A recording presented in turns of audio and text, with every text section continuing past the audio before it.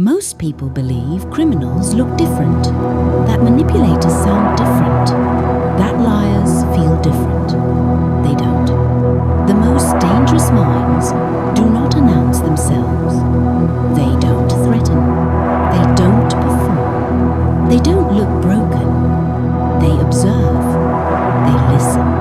They learn how humans work, and then they use it. Tonight, in Black Cortex, we are not looking at crimes. We are looking at the mental architecture behind them, the slow construction of a mind that sees emotion as leverage, trust as material, and people as systems. This is not about monsters. This is about how a human brain becomes one.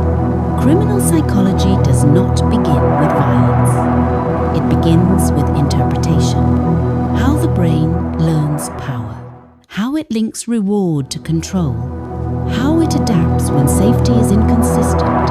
Many criminal and manipulative minds are shaped inside unstable environments. Homes where emotion is unpredictable, where tension arrives randomly, where affection and threat exist in the same space. In these conditions, the nervous system does not grow toward connection. It grows toward prediction. The child learns to read rooms instead of feelings, to track tone instead of meaning, to notice micro changes instead of safety. Over time, empathy changes its function. It stops being emotional resonance and becomes information. What makes people soften? What makes them hesitate? What makes them obey? What makes them open? The brain is not choosing evil. It is optimizing survival.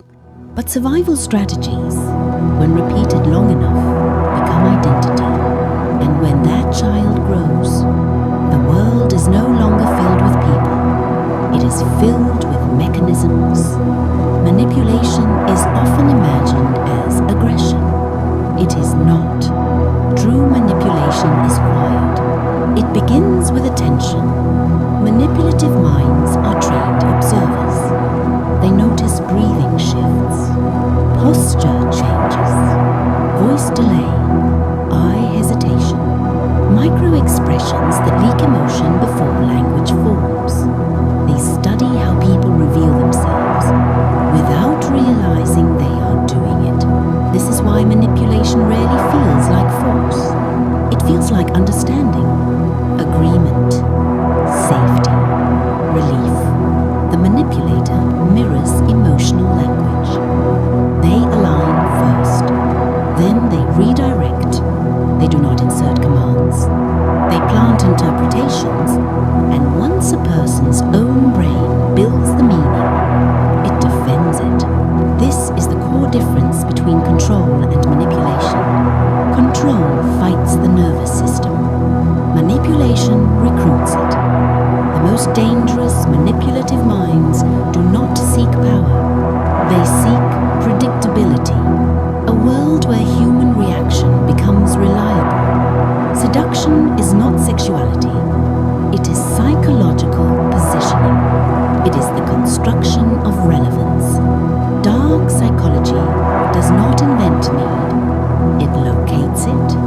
Loneliness, identity confusion, fear of abandonment, emotional hunger, desire for direction. Then it shapes itself around those gaps. The manipulative mind becomes what someone is missing. Validation to the unseen, certainty to the uncertain, protection to the afraid, meaning to the drifting. This is why influence feels personal, because it is built from personal material. Over time, emotional dependence forms, not because of threat, but because of regulation. The manipulator becomes the emotional reference point.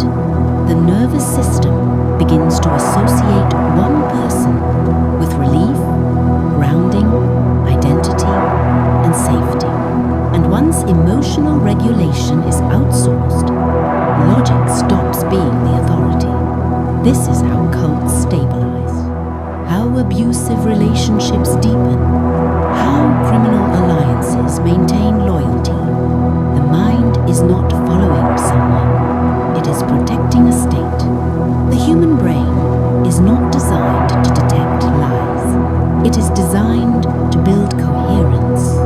It wants stories that connect, emotions that resolve, narratives that stabilize identity. Deception exploits this. A successful lie does not shock the brain.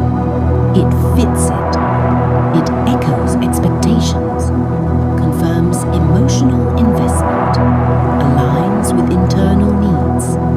This is why most lies are not dramatic. They are familiar. The disturbing truth is that the mind often senses inconsistencies and then edits them out because coherence feels safer than conflict. And once emotional meaning is attached, the brain reorganizes memory to protect it. Details blur, contradictions soften, warning signs become reinterpretations. This is not weakness, it is neurological economy. But in the presence of a manipulative mind, it becomes vulnerability. People do not fall into manipulation because they are unintelligent. They fall because the nervous system evolved for trust before analysis. Emotion is processed before logic. Safety before truth. Belonging before accuracy. Once emotional attachment forms, the brain begins defending the source, even against evidence, even against pain. This is why victims protect abusers, why intelligent people rationalize deception, why harmful systems survive exposure. The mind does not seek truth, it seeks stability. Dark psychology is not rare. It is not hidden in prisons. It emerges wherever emotion becomes leverage. Criminal minds are not created by evil. They are shaped, trained, and refined. And the most disturbing part is not that such minds exist. It is that the same architecture exists inside every human nervous system. Black Cortex is not a